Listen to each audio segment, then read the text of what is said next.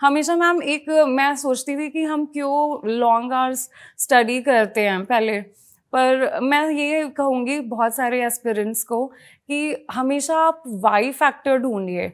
अगर आपको Y factor मिल गया कि कैसे करना है, क्यों करना है, तो आपको हाउ भी मिल जाएगा। वाई फैक्टर इसलिए ढूंढना ज़रूरी है एस्पिरेंट्स को क्योंकि वही आपको मोटिवेट करता है अंदर से कि आप लॉन्ग आवर्स स्टडी कर सको और इन्जॉय कर सको।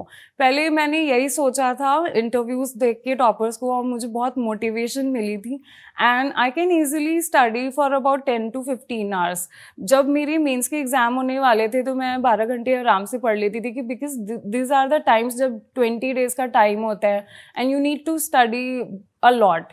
तो मैं उसको इन्जॉय करके पढ़ती थी, कोई भी स्ट्रेस नहीं होता था। तो अगर आपको वाई मिल गया तो आपको फिर फुल डिटर्मिनेशन से आपको वो कोई भी मतलब एक्सपीरियंस अच्छा ही मिलता है, कोई भी रिजल्ट अच्छा ही मिलता है। सो फेलियर्स को हमेशा टेस्ट करने के बाद एक लर्निंग एबिलिटी होनी चाहिए, जो मुझे भी मिली। एसएससी का एग्ज़ाम नहीं क्लियर हुआ, पर मैंने ये हमेशा सोचा कि मैं कहाँ लैक कर रही थी, कहाँ मतलब वीक एरियाज़ क्या थे, where did I go wrong, and मैंने एनालाइज किया, इंट्रोस्पेक्ट किया, फिर मैंने उस पर वर्क ऑन किया एंड तब जाके फेलियर्स को टेस्ट करने के बाद एक फाउंडेशन सेट होता है एंड देन आप एक पॉजिटिव एनर्जी के साथ, पॉजिटिव एक्शन के साथ उसको कंटिन्यू कर सकते हो and definitely you will get success one day and then आपकी लाइफ चेंज हो जाती है। People will know you with a great achievement in your hand.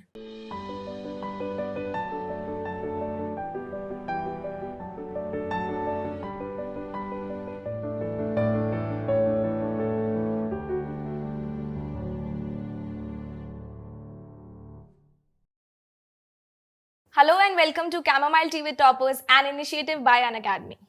I am Smriti and today we have Diksha, who has cleared SBI PO 2020 this year only, and she is here to tell you all about how she prepared and how she cleared this examination. So hello Diksha, welcome. And first of all, आपको कैसा feel हो रहा है? Ma'am I feel very glad and I feel very wonderful. मैंने अपनी preparation आपकी chamomile tea with toppers देखी थी एंड तभी से मैंने अपनी प्रिपरेशन स्टार्ट की and I am so much glad कि मेरा ड्रीम था यहाँ पे आने का, कि दो ही ड्रीम्स थे मेरे, एक SBI PO बनना एंड दूसरा था कैमोमाइल टी विद टॉपर्स पे आना। And I feel very amazing that मैंने आपकी वीडियो देखी and now you are my host, so I feel very wonderful now. Thanks. तो दीक्षा, जब आपका रिजल्ट आया SBI PO का फाइनल रिजल्ट रात को आया? Yes, at around 11? Yeah. So what was your reaction and how your family reacted? Ma'am, first of all, when the results came, it came all of a sudden. So I was feeling very unexpected it was, because मैंने जब ये देखा तो I thought it was a fake result। मतलब ऐसा लग रहा था कि ऐसी expected cut-offs हो सकती हैं, but I then analyzed कि SBI PO final results out। I checked on the website, it has written new on it and I just clicked and checked my roll number and I was like, मैं speechless हो गई थी। मैं दौड़ के गई अपने मम्मी पापा को बताया कि पापा हो गया, एंड दे वर लाइक, विश्वास नहीं हो रहा था उन्हें कि हो गया है। देन उन्होंने मेरे भाई को बोला कि एक बार चेक करो, तो he was zoom in zoom out कर रहा था वो, एंड फाइनली उसने बोला कि हाँ रिजल्ट्स आ चुके हैं, फाइनल रिजल्ट्स में रोल नंबर वॉज देयर। तो ये तो था आपका रिएक्शन आफ्टर रिजल्ट। या अब now you have also joined the bank, तो अभी मतलब आपका कैसा फेज चल रहा है, आपको कैसा फील हो रहा है, कुछ नया आया लाइफ में, क्या चेंजेस हुए, थोड़ा सा उसके बारे में बताइए। मैम, सिंस इनकी रिक्रूटमेंट प्रोसेस इतनी फास्ट है, तो I got my appointment letter within a week after the results, and then I got my ID card. I have now my visiting card and I have one folder जिसमें मेरे नाम का सब कुछ लिखा हुआ है, my rule book and I have the diary with my name on it also. So this was an amazing experience, completely life-changing experience I have. मैं अभी अपने अपार्टमेंट में रहती हूँ, तो मैं जब भी आती हूँ तो people feel like I am a very, मतलब SBI एक बहुत ही बड़ा फेम देता है आपको. मैं जब भी आती हूँ तो लिफ्ट में या कहीं भी पीपल देखते हैं मुझे तो दे फील वेरी अमेजिंग कि इतनी अच्छी job, being a girl you are in a highly competitive selected job जो हर किसी को नहीं मिलती है. तो they respect you and respect and recognition बहुत ज़्यादा बढ़ जाता है, आपका सोशल वैल्यू बढ़ जाता है and you feel amazing that you have done something very good in your life. So this is a life changing experience and it is a priceless moment indeed. That's great that आपने 6 months में भी complete ये clear किया है and now you are feeling really good. I can relate with this. तो देखो अभी जैसे आपने बैंकिंग एग्जामिनेशन दिया है और उसको क्लियर किया है, तो हम ये बात करना चाहते हैं कि जो बैंकिंग एग्जामिनेशंस के डिफरेंट फेजेस होते हैं क्लियर करने के, उसमें एक बहुत ही ज़्यादा मैं कहूँ फाइनल स्टेज होती है या बहुत इंपॉर्टेंट स्टेज होती है, दैट इज़ इंटरव्यू. तो इंटरव्यू के बारे में बताइए कि आपने कितना स्कोर किया, आपने कहाँ से प्रिपेयर किया और क्या क्या ऐसे की पॉइंट्स होते हैं जो आपके अकॉर्डिंग बहुत ज़्यादा ज़रूरी होते हैं इंटरव्यू की प्रिपरेशन के दौरान. मैंने ये इंटरव्यू की प्रिपरेशन स्टार्ट की थी अपने मेंस के बाद ही. मैंने किया क्या था कि जब मतलब मेंस का रिजल्ट आ गया था तो मैंने अपने आंसर्स, HR रिलेटेड आंसर्स जो हैं उनको फिर प्रिपेयर किए थे, कॉपी में लिख लिए थे, नोटबुक में सारे लिखे थे. एंड मैं अपने आप से लोनली अपने रूम में बैठ के बात करती थी. जैसे कोई क्वेश्चन मैंने अपने आप से बोल लिया एंड देन उसका आंसर मैं खुद ही बोलती थी.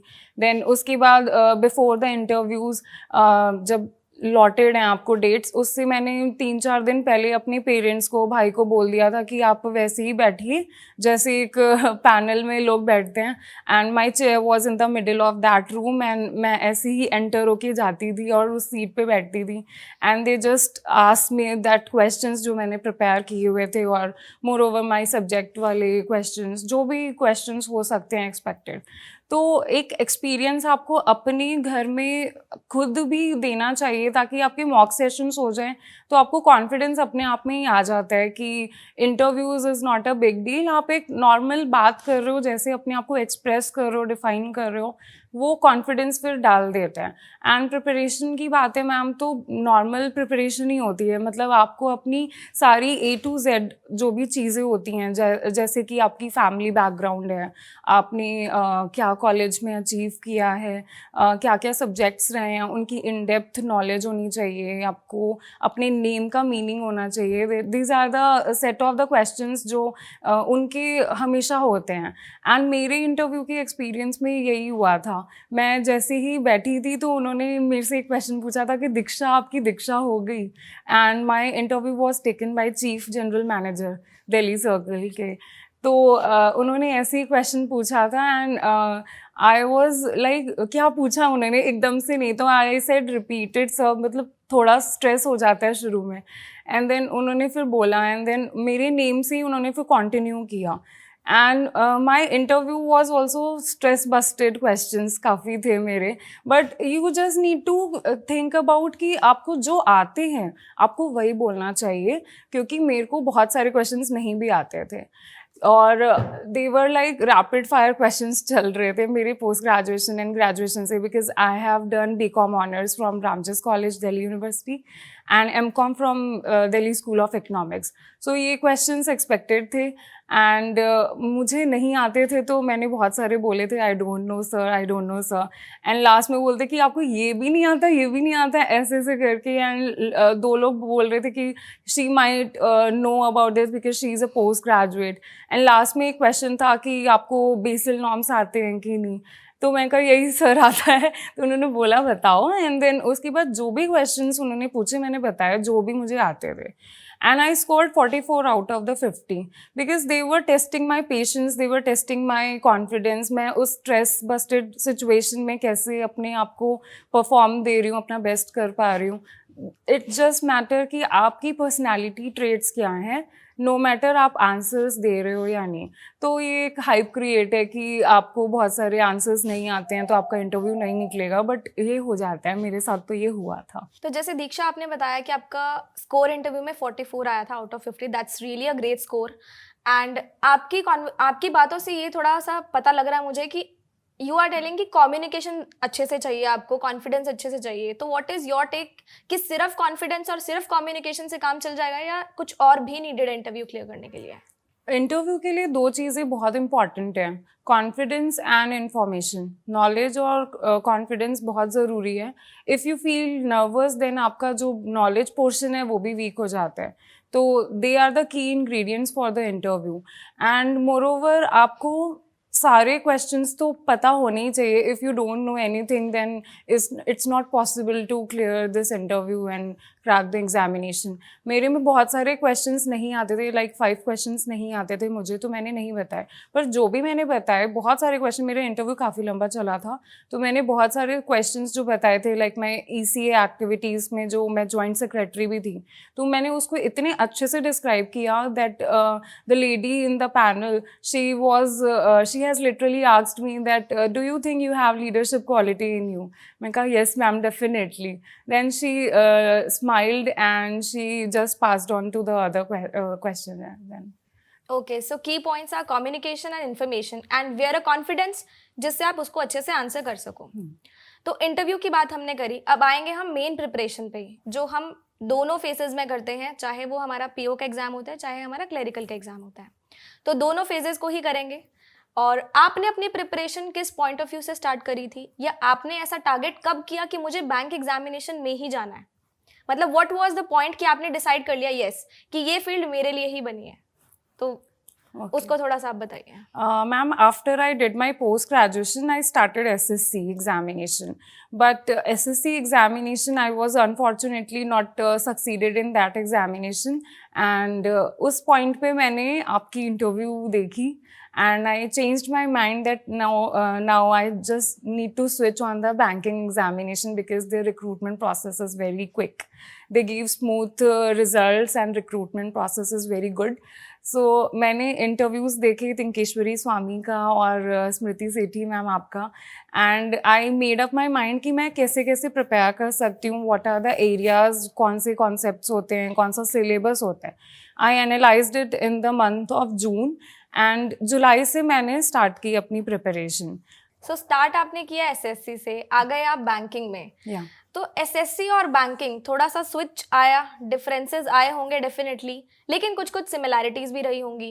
तो क्या ऐसी सिमिलैरिटीज थी जिन्होंने आपको हेल्प किया, और क्या डिससिमिलैरिटीज थी जो आपको लगा कि हाँ मुझे इन एरियाज पे अब वर्क करना बहुत ज्यादा जरूरी है, क्योंकि SSC से तो बहुत ही अलग चल रहा है। तो वो कौन से एरियाज थे? मैम, मुझे बहुत लोग बोलते हैं कि SSC आपने की हुई है तो आपको वो हेल्पफुल हो गई, एंड आप 6 मंथ्स कहते हो, तो ऐसे 6 मंथ्स में क्लियर आराम से इसलिए हुआ क्योंकि SSC ने हेल्प किया।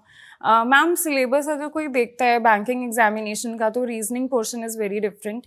मैथ्स में भी you get more of DIs and number series and the quadratic equation which SSC do not have. SSC में सिर्फ अर्थमेटिक होता है और द एडवांस्ड पोर्शन होता है ऑफ द मैथ्स। एंड इसमें क्या होता है मैम, अर्थमेटिक में प्री के क्वेश्चंस बस 10 आते हैं, एंड मेंस में बहुत सारी DIs आ सकती हैं अर्थमेटिक बेस्ड। बट इस साल मैम क्या हुआ है कि SBI PO का जो प्री हुआ है वो काफ़ी मॉडरेट लेवल का था, तो उसमें अगर आप 3 सेट ऑफ DIs कर रहे हैं, then number series and quad भी कर रहे हैं, तो 25 questions are there in the 35, and सारे 35 क्वेश्चंस नहीं होते अटेम्प्ट, क्योंकि वो पेपर मॉडरेट था।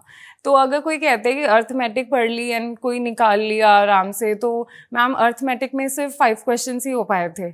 मोर ओवर सबके ऐसा हुआ था, मैं जनरल बता रही हूँ, जो टॉपर्स भी हैं उन्होंने भी आउट ऑफ 30 क्वेश्चंस ही किए थे। अर्थमेटिक को हर कोई लास्ट में अटेम्प्ट करते हैं, क्योंकि DIs को अगर हमने एक बार समझ ली तो वो 5 क्वेश्चंस हम आराम से कर पाते हैं। तो SSC का और भी इंग्लिश जो होता है वो काफ़ी सिंपल होता है, there is a sentence you need to fill it, जबकि बैंक एग्जाम्स में क्या होता है कि कॉम्प्रिहेंसिव एबिलिटी काफ़ी पूछती है, the central main theme idea और द सिचुएशन बेस्ड क्वेश्चंस आते हैं। बैंकिंग एग्जाम्स की इंग्लिश काफ़ी हाई लेवल की होती है, SSC में डायरेक्टली क्वेश्चंस होते हैं, बैंकिंग एग्जाम्स में इन्फ्रेंस बेस्ड क्वेश्चंस होते हैं इंग्लिश में, जबकि SSC में डायरेक्टली हमें लाइन निकालनी होती है रीडिंग कॉम्प्रिहेंशन में से, एंड आंसर हमें मिल जाता है। Okay, so Diksha, we have 2 phases in the banking examinations. हमारे जो इंटरव्यू की हमने बात की, अपार्ट फ्रॉम दैट प्रीलिम्स भी होता है और मेंस एग्जामिनेशन भी होता है। तो आपने जब अपनी प्रिपरेशन शुरू की, you said that you have cleared in 6 months, तो आपने प्रीलिम्स और मेंस की प्रिपरेशन किस तरीके से करी?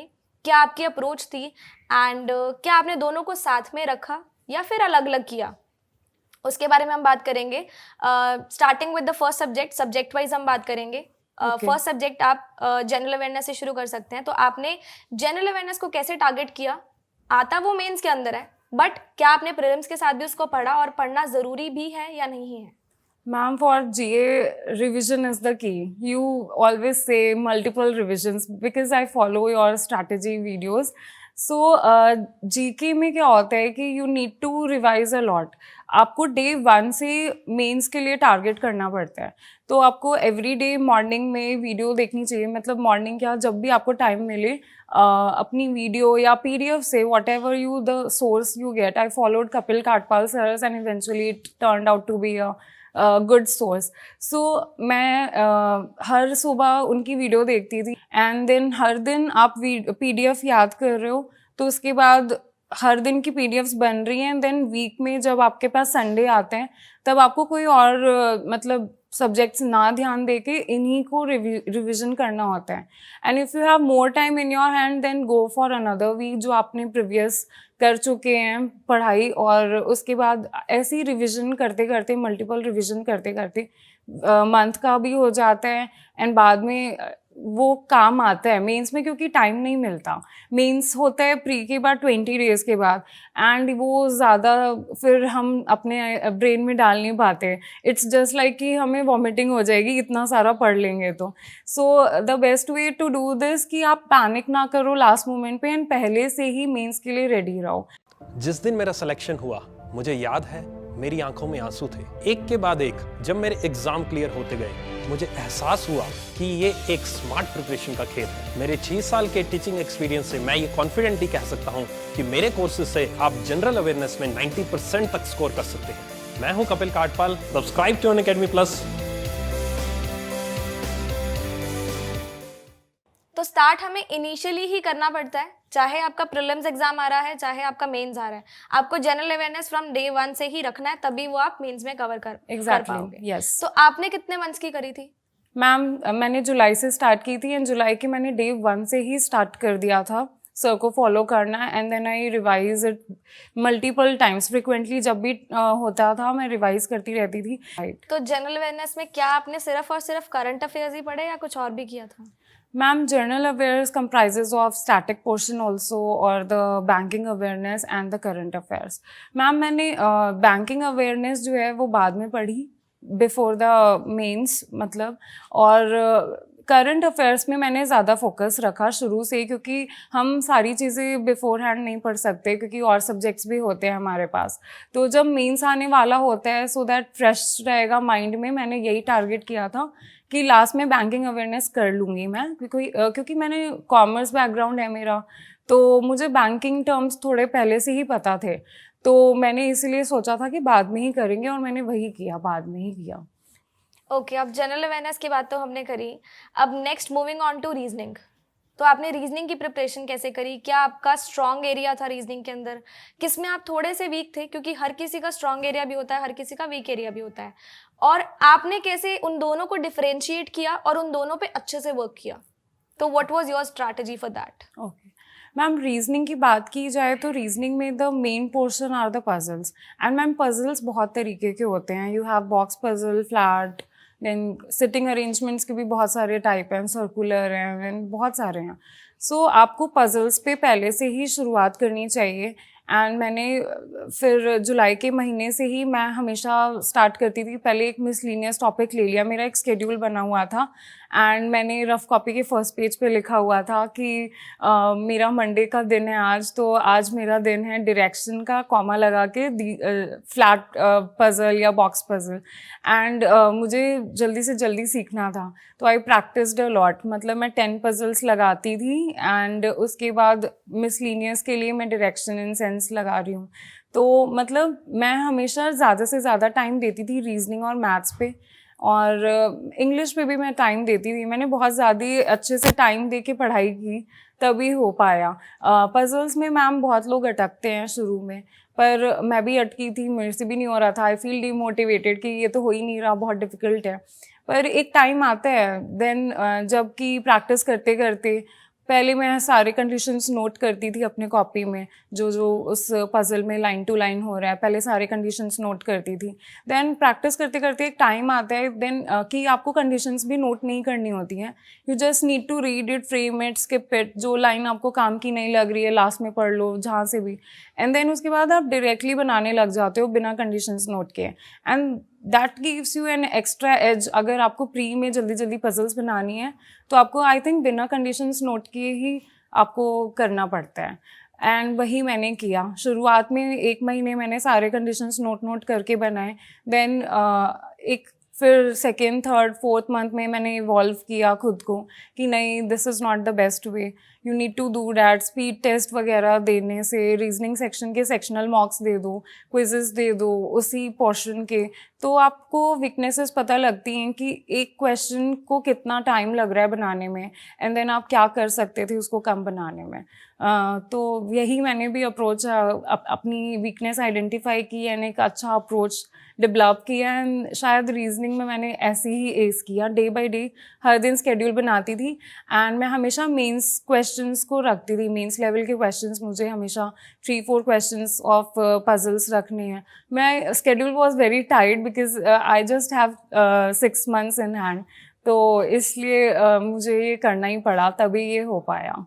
तो क्या मेंस लेवल की पजल विदाउट कंडीशंस नोट किए हो सकती है? नहीं, ये तो मैम नहीं हो सकता, बट आई जस्ट अभी मैंने यही बोला, आई जस्ट टोल्ड कि ये प्री में अगर आपको एस करना है तो noting conditions is not mandatory, क्योंकि आपको प्री में जस्ट सॉल्व करना है, आगे बढ़ना है। और मेंस में मैम इतनी बड़ी पजल होती है कि आपको बिना नोट किए नहीं चलने वाला।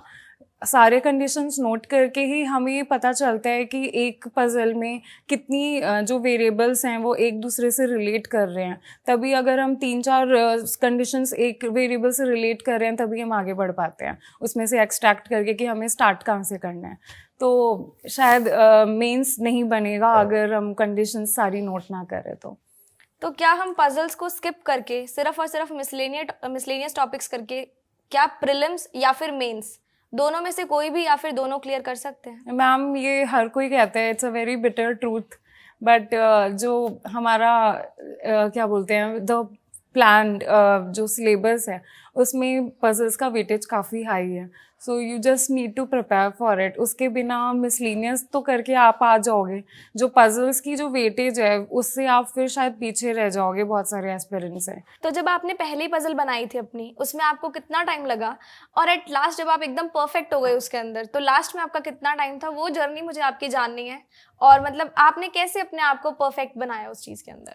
मैम अगर प्री की पजल्स की बात करूँ मैं, तो सबसे पहली पजल जब एकदम मैंने स्टार्ट किया था, जब पजल्स एकदम सीख ही रही थी, एकदम अमेचर थी मैं उसमें, तो it was like 25 to 30 minutes गए थे प्री की पजल में, and it's I feel very ashamed of it कि मैं डीमोटिवेटेड थी कि ये तो हो ही नहीं रहा मेरे से, it's very difficult. But at the time I realise कि नहीं, अब सीखना चाहिए, ये करना चाहिए तभी, बिकॉज हार मान के कुछ नहीं हो पाएगा, इसीलिए मैंने ये कंटिन्यू किया। एंड जब प्री की पजल की मैंने SBI PO प्री में, तो हार्डली इट टेक 1 minute और 1.5 मिनट में हो गया था। ये सिटिंग अरेंजमेंट का मैं बता रही हूँ, सर्कुलर सिटिंग अरेंजमेंट का, एंड मुझे ये शायद इसी से कॉम्पिटिटिव एज मिली। उसमें मैंने एग्ज़ाम में आराम से मैंने 4 पजल्स बना ली थी। तो मेहनत करनी और कंसिस्टेंट रहना, डेफिनेटली वो आधा घंटा 1 मिनट में कन्वर्ट हो ही जाएगा। हाँ। अब बढ़ते हैं हम अपने क्वांट सेक्शन में, क्वांटिटेटिव एप्टीट्यूड। तो उसको आपने कैसे मतलब अपना एक सब्जेक्ट बनाया? क्या आपका वो स्ट्रॉन्ग एरिया था? क्योंकि हर किसी के 4 सब्जेक्ट्स होते हैं, हर किसी के कुछ स्ट्रॉन्ग सब्जेक्ट्स होते हैं, कुछ वीक होते हैं। तो कौन आपने कैसे प्रिपेयर किया और उसमें आपको कहाँ पे दिक्कत आई और आपने उस दिक्कत को रिजॉल्व कैसे किया? तो वो आप उसके बारे में थोड़ा सा बताइए। मैम क्वांट में मैं हमेशा मॉर्निंग में शुरू करती थी। मैंने अपना जैसे 10 AM के अराउंड में सारे सिंप्लीफिकेशन और जितने भी क्वाड्रेटिक इक्वेशन है, नंबर सीरीज़ है, अराउंड 30-40 क्वेश्चंस मैं डेली बेसिस पे सॉल्व करती थी, ताकि मेरी स्पीड जो है वो बूस्ट हो। और यही काम आते हैं, क्योंकि आपको इससे डेटा इंटरप्रिटेशन में भी काफ़ी हेल्पफुल होता है, उसमें भी आपको कैलकुलेट करना होता है। एंड DIs के लिए अगर बात की जाए तो 7 to 10 DIs हमेशा करनी चाहिए। पहले मैंने 6 to 8 की, देन उसके बाद बढ़ाया, जब स्पीड बढ़ गई, कैलकुलेशन बढ़ रही थी, तो फिर 7 to 10 पे आ गई। एंड देन मैंने वही कंसिस्टेंसी अपनाई एंड उसी से हुआ। अर्थमेटिक की मैम बात की जाए तो हमेशा सारे टॉपिक्स नहीं हो पाते हैं, यू हैव सम टॉपिक्स जो आपको छोड़ने चाहिए।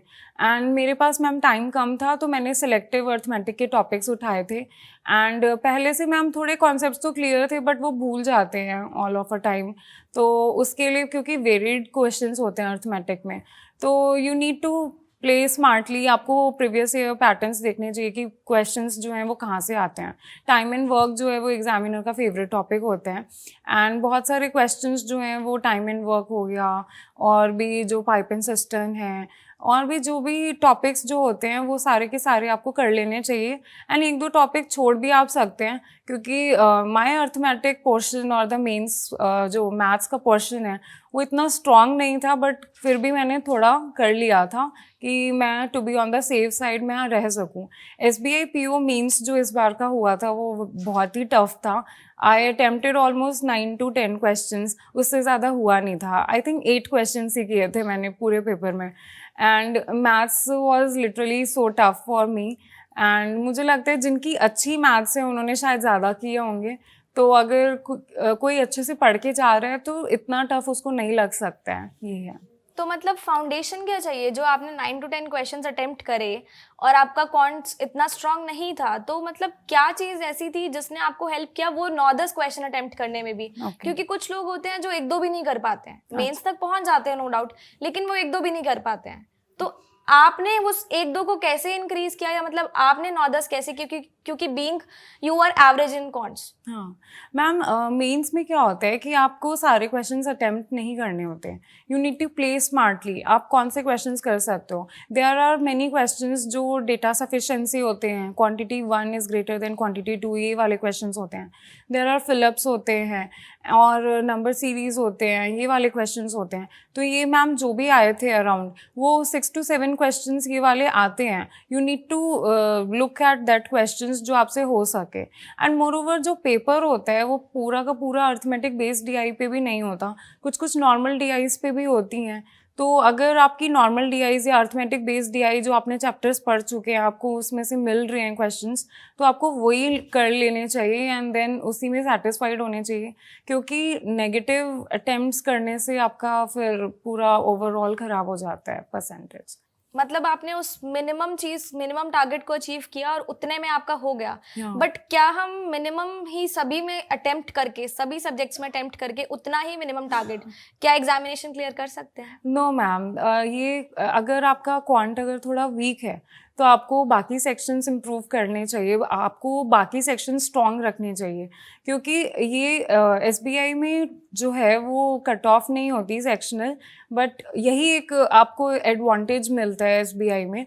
और बाकी सारे सेक्शंस को आप स्ट्रॉन्ग ज़रूर करना पड़ेगा, क्योंकि अगर आप सब में मिनिमम क्वेश्चंस कर रहे हो तो फिर आपकी ओवरऑल कट ऑफ क्लियर नहीं हो पाएगी। मतलब कुछ पोर्शंस आपके स्ट्रांग होने चाहिए और कुछ पोर्शंस अगर एक आधा पोर्शन वीक भी है तो भी चलेगा, but you have to gain an extra edge. तो अब बात करेंगे सबसे ज़्यादा जो सब्जेक्ट जिससे ज़्यादा लोग डरते हैं। इंग्लिश मीडियम के तो चलो नहीं डरते हैं, बट हिंदी मीडियम के जो लोग होते हैं वो काफ़ी ज़्यादा डरते हैं इंग्लिश सेक्शन से। तो ऐसा मतलब आप बेसिक से बताना, इंग्लिश मीडियम वालों को सब समझ में आती है कि क्या चीज़ है, कैसे करनी है। अगर कोई हिंदी मीडियम स्टूडेंट है, उसको इंग्लिश सेक्शन अपना स्ट्रॉन्ग करना है, तो उसको किस तरीके से करना चाहिए? मैम, इंग्लिश मीडियम हो या हिंदी मीडियम हो, सबको मैम वही रूटीन फॉलो करना चाहिए जो नीडेड है। मतलब सबसे पहले लोगों को एडिटोरियल्स पढ़ने चाहिए डेली बेसिस पे, so as to improve their comprehensive ability. उससे क्या होगा, रीडिंग एबिलिटी बढ़ेगी तो स्पीडली वो अपने पैसेजेस को कंप्लीट कर पाएंगे, कॉम्प्रिहेंड कर पाएंगे। एंड जो क्वेश्चंस आस्क्ड होते हैं इंग्लिश के पेपर में कि मेन आइडिया क्या था, समरी क्या थी या इन्फ्रेंस क्या था, वो आराम से कर सकते हैं। तो एडिटोरियल्स तो आई थिंक हिंदी वाले भी एक रूटीन बना के करें। शुरू में मैम हिंदी मीडियम वाले या इंग्लिश मीडियम वाले सबको ही प्रॉब्लम होती है, क्योंकि एडिटोरियल्स जो होते हैं वो मेनली इंक्लाइंड होते हैं बिजनेस वाले, या हमें अंडरस्टैंडिंग भी नहीं हो पाती है।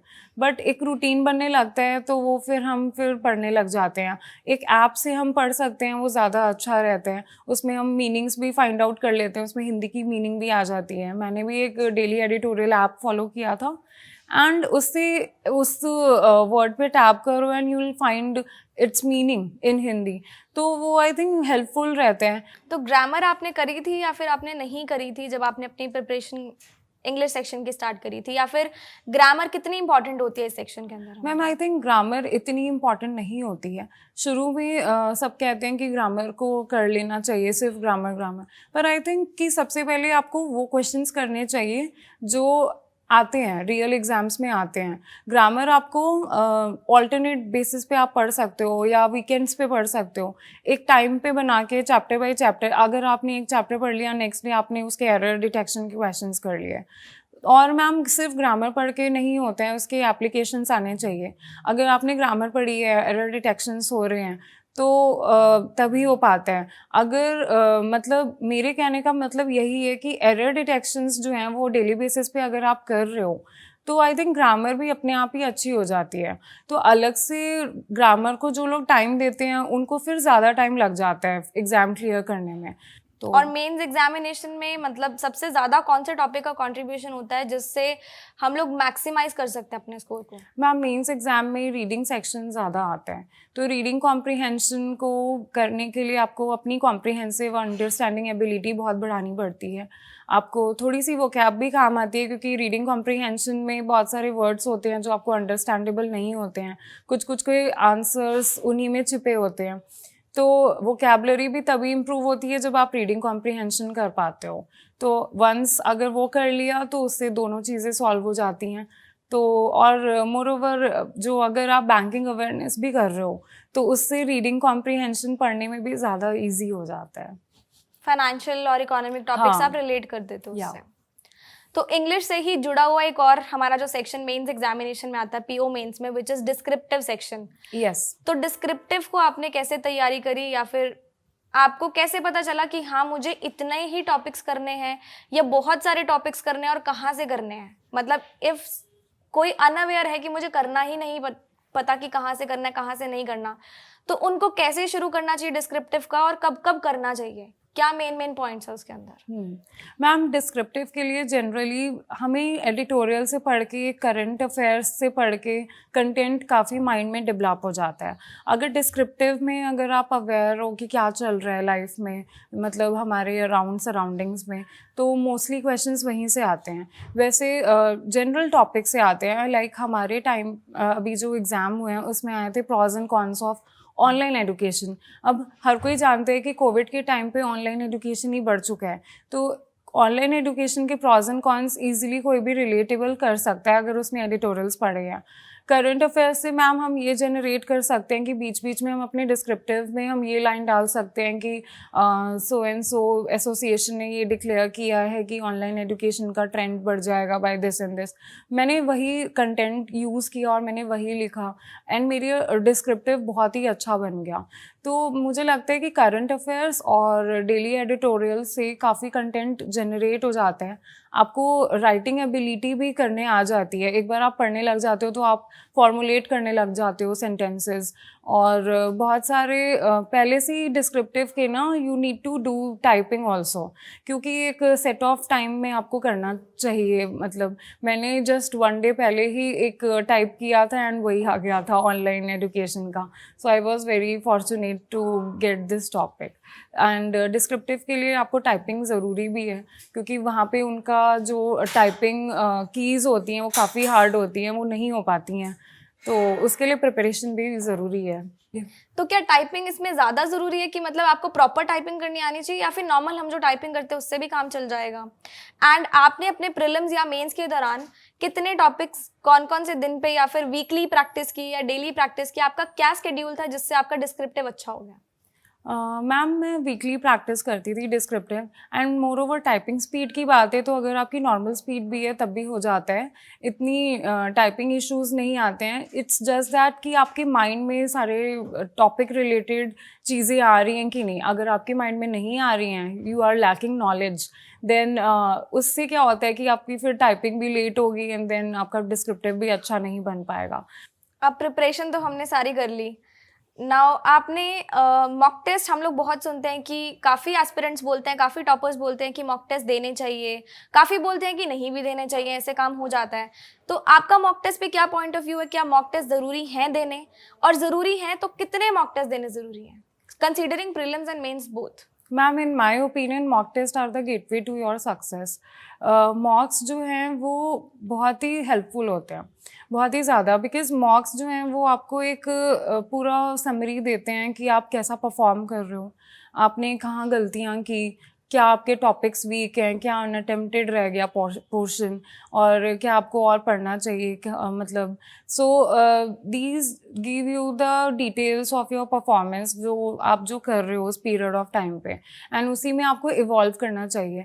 मॉक टेस्ट मैम मैंने 3 लिए थे, एक ईजी लेवल का और 2 मॉडरेट लेवल का, 2 मॉडरेट में भी एक बहुत ही हाई लेवल का.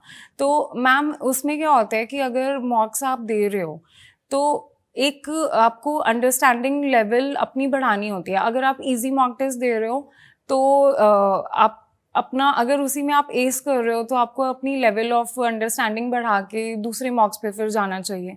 देन अगर उसमें बढ़ गई अच्छी, देन उसमें अलग टफर मॉक्स में जाना चाहिए. It's just that you need to prepare for the worst case. आपको हर डिफ़िकल्टी लेवल पे ध्यान देना है. एंड मॉक्स जो है मैम वो मैम पहले शुरू में मैं वीकली देती थी, वीकेंड पे देती थी, क्योंकि प्रिपरेशन उस वक्त चल ही रही थी, प्रैक्टिस करनी होती थी.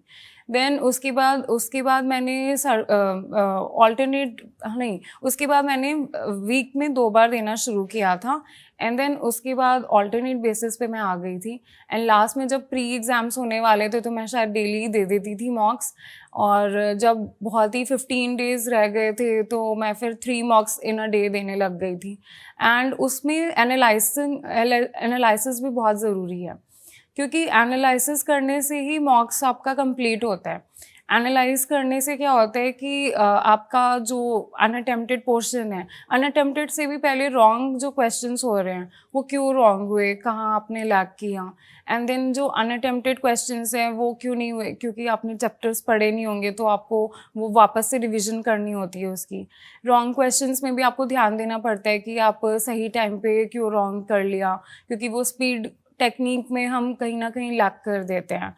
एंड काफ़ी सारे और भी चीज़ें होती हैं जो हमें ध्यान देनी चाहिए. लाइक राइट क्वेश्चन भी किया तो उसमें एक अच्छे से गाइडेड अप्रोच लगा के कम मिनट में हमें टाइम लेके करना चाहिए, तभी मॉक्स हेल्पफुल होते हैं. अब पढ़ाई की बातें तो कर ली हैं, थोड़ा सा फन सेक्शन भी देख लेते हैं.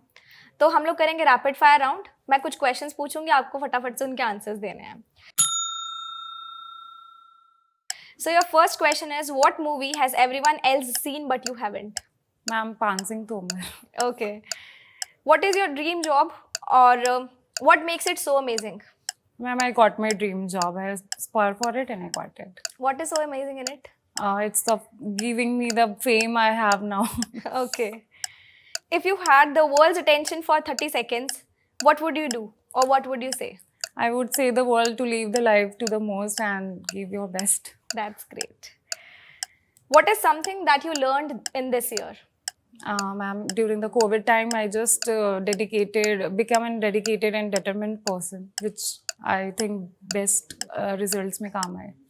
और ऐसा कौन सा फूड है जिस पे आप कभी भी गिव अप नहीं कर सकते? Ma'am, it's cake, red velvet cake. That's delicious. Yeah.